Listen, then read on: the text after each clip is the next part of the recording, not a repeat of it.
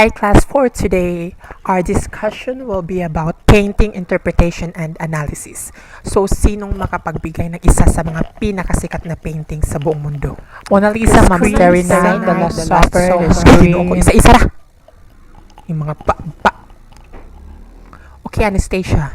Mona Lisa, Ma'am. Okay, good. What else? The Scream. Okay, good. How about you, Kylie? Yes, ma'am. Magbigay ka ng isa sa mga pinakasikat na painting sa buong mundo. Man na pangitaon, ma'am. Diyos ko. Ingon ko taga ikog sample sa sikat na painting. Iyang title ba ang pangalan sa paint?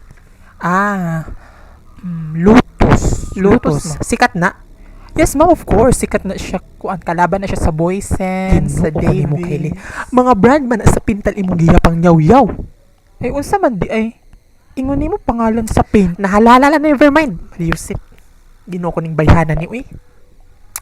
Okay, let's start our discussion now. So, yun nga no, paintings like Mona Lisa, The Scream, The Last Supper, those are some of the famous paintings in world.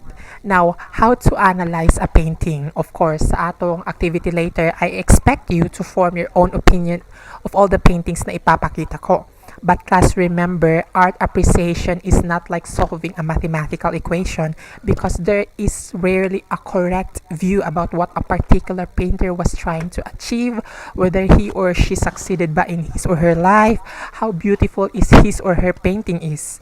But it's not your conclusion about the painting that matters. It's your reasoning, okay? In other words, why you like it or hate it or feel indifferent towards it, okay? Now, how to interpret a painting? We have a few simple tips here. Teka muna. So when analyzing a painting, don't forget that it is merely paint arranged in a certain way. No more, no less. So to interpret a painting, you need to open your eyes and take a careful look at things like how the artist has used the lines to draw shapes. Second, the different colors used, kasi sometimes color tells a story. For example, the common context about color red is love, or sometimes bloody, anger, while white is for purity, diba? So you need to observe also the colors being utilized, okay? Number 3, the different shades or tones of a particular colors being used. Diba kasi usually dark shades or tones depicts negativity or sadness, right? Bright shades naman usually depicts positivity, celebration, but not all the time. We still need to consider other factors that an artist is trying to portray in his or her masterpiece. So number 4, what sort of surface texture the painter has created? Is it smooth with few visible brush strokes, or is it pitted with clumps of thick paint and obvious signs of brushworks? So yung texture, kinahanglan pa rin tingnan. Then number 5, you need also to consider how an artist catches your eye. For instance, are there features that catch your eye and lead it around the composition? Is the picture organized horizontally from left to right, or diagonally or vertically? So yan, tandaan din yan. Then number 6, is the artist trying to represent something real, like a person or scenery? Kasi pag ganito, then the artist is trying to replicate reality, or he is trying to say something about it. Okay? Then number 7, the symbolisms. Are some items included in the picture for symbolic reasons? For example, in the old days, kapag may portrait na painting ng isang babaeng ikinasal na may kasamang aso, it implied that the woman was faithful to her husband. Or the common example, if you see a dove included in the picture, usually the dove implies peace and harmony. So ganon yung mga symbolisms. The number 8, the last, kung ang painting talaga is abstract, completely abstract, yung tipong wala ka talagang maiintindihan, you need to look closely at the types of shapes it contains and ask yourself if they remind you of anything. So, yun. Those are some of the simple tips on how to interpret a painting. So, another question. What is the intention of the painter? Now, using the information you have gathered by analyzing the painting according to the 8 tips, it's time to ask yourself what the painter's intention was. In each case, Halimbawa, sa tip number 3, about sa shades and tones. If you notice that the artist used a lot of bright red paint, tanungin mo ang sarili mo, ano ba yung gustong i-achieve ng painter? Another instance, if the moment na tiningnan mo yung paint tapos yung attention mo is nakafocus lang sa isang item sa paint, again, ask yourself, why the artist might wish to attract your eye to this particular spot. If you can form an opinion as to what the artist's intention was in the relation to the 8 tips, you are bound to have a pretty good appreciation of the painting itself. Gets? Kasabot wala? Kasabot man. Okay. Since kasabot na, let's have an activity. So this activity will test your painting analysis and interpretation. So magpapakita ako ng mga masterpiece dito, then you need to interpret and share your opinion about the painting. Okay? After nyo mag-share ng analysis nyo, I will state the real story behind the painting. Let's see if inclined or on point ba yung analysis nyo. Kasi pag inclined yung opinion nyo or medyo magkatugma sa real story ng paint, then it means you have a good art appreciation. Kagaya nga ng sinabi ko earlier, it's not your conclusion about the painting that matters, it's your reasoning. Okay, yung rason. Okay, so let's start with you, Erich. What can you say about this painting? Hala, unsa naman na?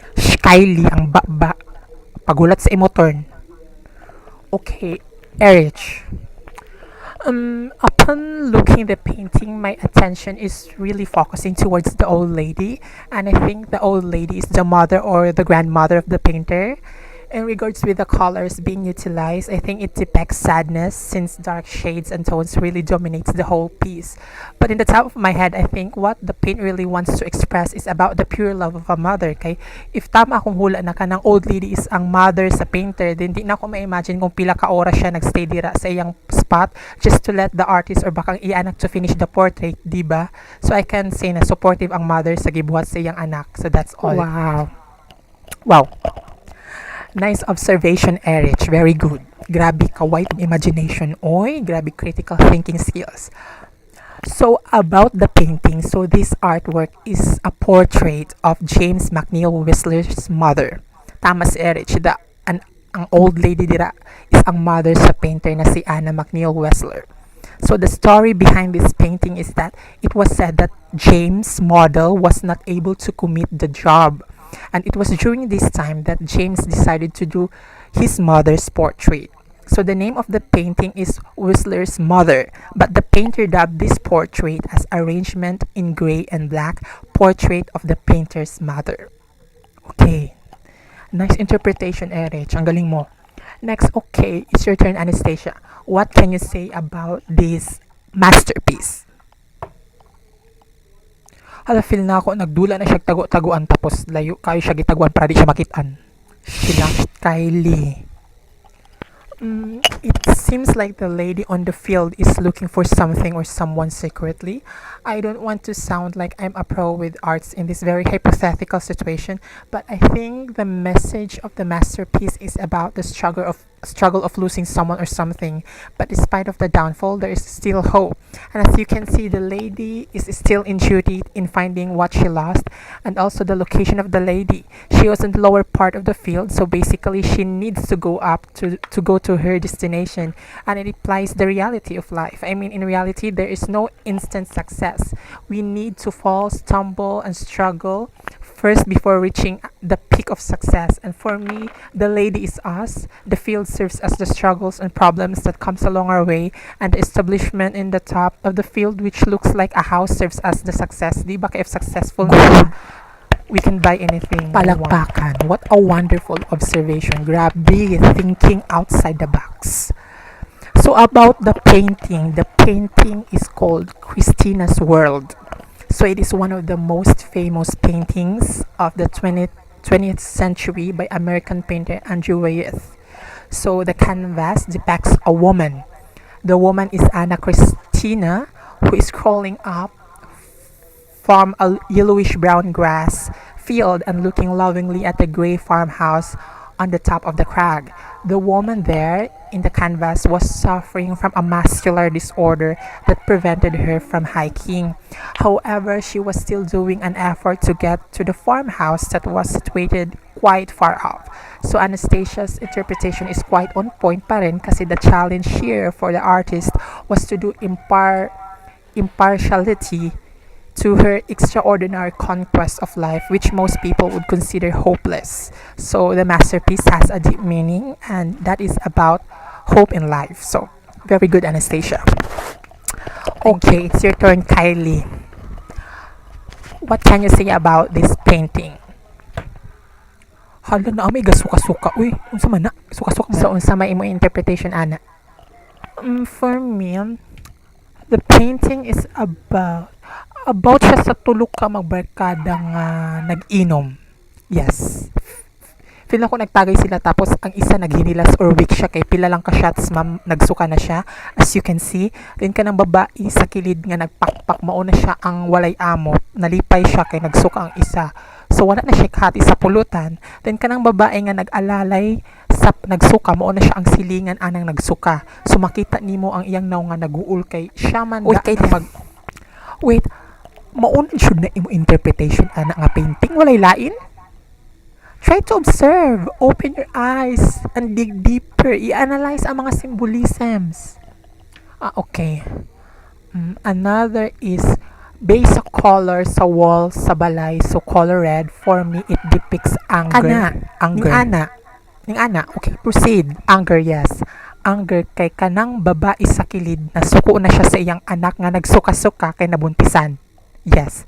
Tapos kanang nag-alalay, best friend na siya sa babae nga nagsuka nga kabit sa nakabuntis sa iya. Kabit na siya kay as you can see the detail sa iyang sanina nga murag gown is parihag texture sa skin sa halas. So ahas na siya ma'am. Then ingon ko diba about sa anger. Kakita ka na murag haligi na nagtindog ma'am ka ng murag stick. Langkato na siya anang babae na nagtindog tapos ipuspos niya sa iyang anak nga nagsuka sa sobra kalagot. Lisod pud nabuntisan. Tama na, Kylie, tama na. Ginoo ko tama na. Ako yung same interpretation day, Mariusip. Tama na. Kaya. Okay. So about the painting, kana siya nga painting, gitawag na siya vomiting. Ha? Pagsuka. May point si Kylie pero tama gani ko. Vomiting, isa na siya sa mga painting sa health handbook nga gisulat ni Ibn Butlan sa gikan sa Baghdad. So kana siya is revised na siya nga version. Ang original creator ana nga painting is si Giovannino Di Grassi, and the writer of the health book describes vomiting as a way to clear the stomach of matter that interferes with the passage of food. So this artwork shows a fashionably dressed woman holding a woman's head as she vomits. Another woman, possibly a servant na dili na mama, dili na amigo na wa nag-amot sa pulutan, has entered and raises her arm. Raise na day wa na nagpakpak. Wala siyang real story. So, nagsuka na siya kay it's a way to show people na vomiting is a way to clear the stomach of matter that interferes with the passage of food. Dili kay nagtagay o nabuntisan og sayo. Diyos ko, mali ko ba? Okay, however, so far so good. So for your home task, you need to review and search for more famous paintings kay ato ni ipadayon nga activity next time, okay? Labi na ka Kylie, pag-review in town day. Next session lahi na pud nga artworks ako ipa-interpret sa inyo, okay? Okay, sige, bye. Bye, ma'am. Sa raw to, ingon taraw niya, it's not your conclusion about that painting that matters, it's your reasoning. Tama man ako rason. Magsukabay basta.